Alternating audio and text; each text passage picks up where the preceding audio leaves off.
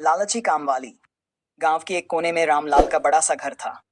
रामलाल और उनकी पत्नी सुमन अपने घर में खुशहाल जीवन बिता रहे थे।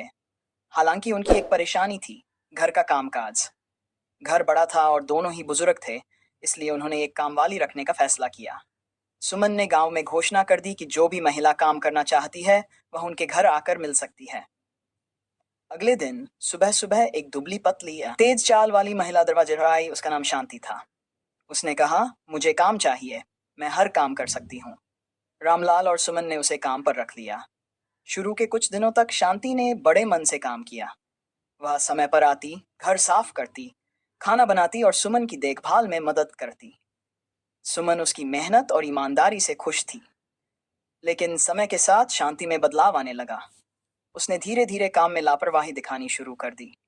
सुमन ने सोचा कि शायद वह थकान महसूस कर रही है, इसलिए उन्होंने उसे आराम करने को कहा। लेकिन असल में शांति की आंखें रामलाल के गहनों और पैसों पर टिकी थीं। एक दिन सुमन ने शांति को अलमारी की सफाई करने को कहा। उस अलमारी में रामलाल के कीमती गहने और कुछ नकदी रखी थी। शांति ने सफाई करते समय ध्यान से देखा कि अलमारी का ताला लोड़ा ढीला है। उसने मौका देकर अलमारी खोल ली और कुछ गहने अपने कपड़ों में छिपा लिए।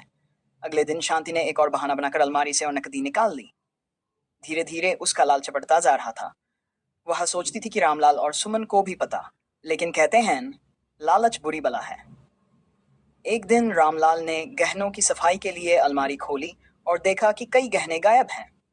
उन्होंने सुमन से पूछा, लेकिन सुमन भी हैरान रह गई।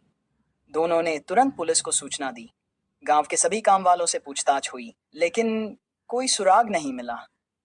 तभी सुमन को शांति के व्यवहार में आया बदलाव याद आया। उन्होंने पुलिस को शांति के बारे में बताया। पुलिस ने शांति के घर पर छापा मारा और वहां से गहने और नकदी बरामद कर ली। शांति ने पहले तो इनकार किया, लेकिन सबूतों के सामने उसे सच कबूल करना पड़ा। उसे गिरफ्तार कर लिया गया। रामलाल और सुमन को अपनी खोई हुई संपत्ति वापस मिल गई, लेकिन शांति का लालच उसे जेल की सलाखों के पीछे ले गया।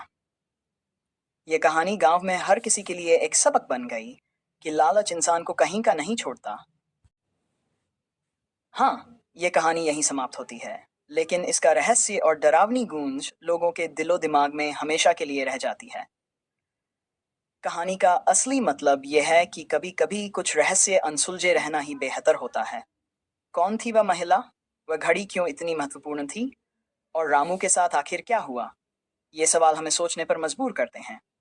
अगर आप चाहें तो मैं इस कहानी को और आगे बढ़ाकर नए ट्विस्ट जोड़ सकता हूँ। बताइए आपकी क्या राय है?